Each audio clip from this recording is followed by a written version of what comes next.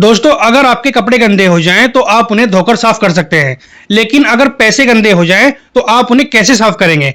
चलिए आज खोलते हैं मनी लॉन्ड्रिंग का पूरा राज। नमस्कार दोस्तों, मेरा नाम है एडवोकेट मनीष धीमान और आज की वीडियो में हम बात करेंगे कि काला धन और मनी लॉन्ड्रिंग क्या है। दोस्तों, सबसे पहले बात करते हैं कि ब्लैक मनी क्या है। ब्लैक मनी वो पैसा या संपत्ति है जिस पर टैक्स नहीं चुकाया गया हो। जैसे कोई दुकानदार बिना बिल के सामान बेचता है और वो पैसा अपने भाई खाते में नहीं दिखाता तो वो ब्लैक मनी होता है। दोस्तों, वो पैसा पूरी तरह से अवैध नहीं होता, बस उसे छिपा कर रखना कानूनन अपराध होता है। और इसके अलावा रिश्वत, तस्करी या गैर कानूनी तरीके से कमाया गया पैसा भी काला धन होता है। दोस्तों, अब आता है मनी लॉन्ड्रिंग।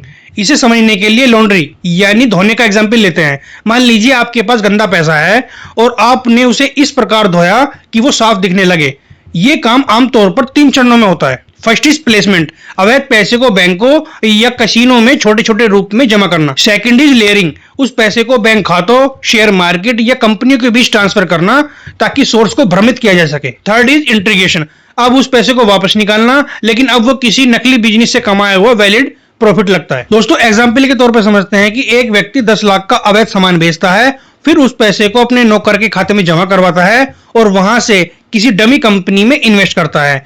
अंत में जो वो उस पैसे को लोन के रूप में वापस ले लेता है। तो इस पूरी प्रक्रिया को मनी लॉन्ड्रिंग प्रक्रिया कहते हैं। इस पर कानूनी बात करें तो भारत में इस पर रोक लगाने के लिए prevention of money laundering act PMLA 2002 है। दोस्तों, इस कानून के तहत अगर कोई पैसा गैर कानूनी तरीके से कमाया गया है और उसे वैलिड बनाने की कोशिश की जाती है तो वो क्राइम है। इसमें पनिशमेंट के तौर पर कम से कम 3 साल की सजा हो सकती है, जो बाद में 7 साल तक बढ़ सकती है और जुर्माना भी लगेगा। दोस्तों, अब इस मैटर को केस साइटेशन और एग्जाम्पल से समझते हैं। इसका सबसे बड़ा एग्जाम्पल विजय माल्या केस और नीरव मोदी केस को माना जाता है, जहां बैंकों का पैसा विदेशी कंपनियों में भेजकर मनी लॉन्ड्रिंग की गई थी। भारत में एक और बहुत इंपॉर्टेंट मामला हुआ था HMT limited versus Assam. Court ने कई फैसलों में साफ किया था कि PMLA के तहत सिर्फ आर्थिक नुकसान ही नहीं बल्कि टैक्स चोरी, बेनामी संपत्ति भी पनिशमेंट के दायरे में आती है। तो दोस्तों, मनी लॉन्ड्रिंग और कालाधन सिर्फ शब्द ही नहीं है बल्कि गंभीर आर्थिक क्राइम है जो देश की अर्थव्यवस्था को कमजोर करते हैं। इसलिए बिना बिल के कोई भी लेन देन ना करे और साफ सुथरी कमाई को ही महत्व दें।